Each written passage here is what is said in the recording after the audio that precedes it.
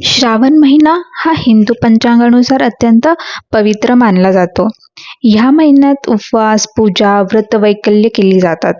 या पार्श्वभूमीवर गोड गोड पदार्थ खाण्याची परंपरा देखील आहे. एक कप भर पाण्यात गूळ भिजवून घेतला. त्यात तूप, मीठ, वेलची, सुंठची पूड आणि बेसन घालून एकजीव केलं.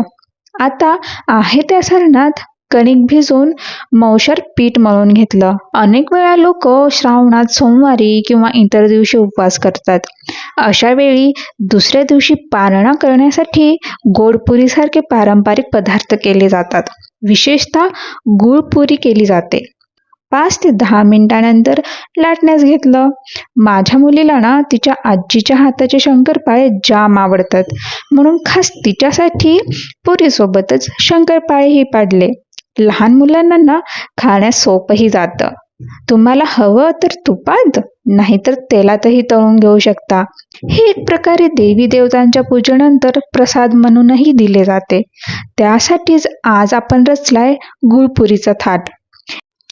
गूळ हा नैसर्गिक गोड पदार्थ असून त्यात आयर्न भरपूर प्रमाणात असते. हिमोग्लोबिन वाढण्यासाठी अत्यंत उपयुक्त.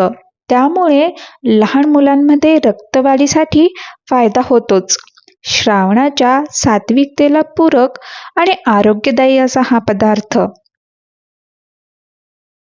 बघा, छान असा फराळ, स्नॅक्स किंवा प्रसादही म्हणता येईल अशी श्रावण गोडपुरी तयार आहे.